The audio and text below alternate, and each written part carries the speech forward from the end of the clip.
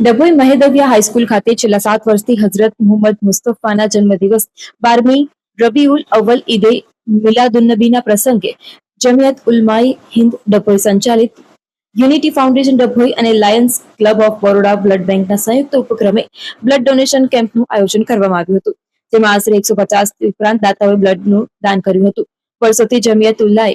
હિન્દ માનવતા અને ઇન્સાનિયતનું ઉદાહરણ પૂરું પાડ્યું છે. આ પ્રોગ્રામમાં મુખ્ય મહેમાન શહેર કાજી સૈયદ સરફુદ્દીન સાહેબ, મૌલાના સિરાજ પટેલ, વડોદરા જિલ્લા કેળવણી મંડળના પ્રમુખ અને ભાજપ અગ્રણી શશિકાંતભાઈ પટેલ, વડોદરા જિલ્લા ભાજપ સમિતિના પ્રમુખ ડોક્ટર વિજય બ્રહ્મભટ્ટ, ડભોઈ નગરપાલિકા પ્રમુખ પુષ્પાબેન રાવલ, ડભોઈ નગરપાલિકા સતીશભાઈ રાવલ, કોંગ્રેસ શહેર પ્રમુખ સુધીરભાઈ પારોડ, તાલુકા કોંગ્રેસ પ્રમુખ હાજી કાબાવાલા, જાવેદભાઈ વકીલ, સુભાષભાઈ પોજવણી, સલીમભાઈ ખાંચી, સિદ્દીકીભાઈ વાણિયાવાલા,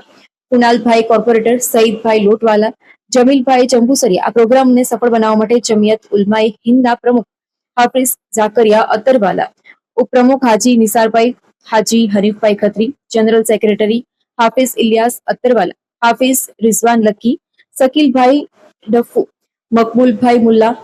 અશફાકભાઈ પટેલ, મૌલાના જૈનુલ આબિદીન, મૌલાના મુસ્તકીમ, મૌલાના યુનુસ, હાફિઝ રિયાઝ, ઇરફાનભાઈએ ભારે જહેમત ઉઠાવી હતી.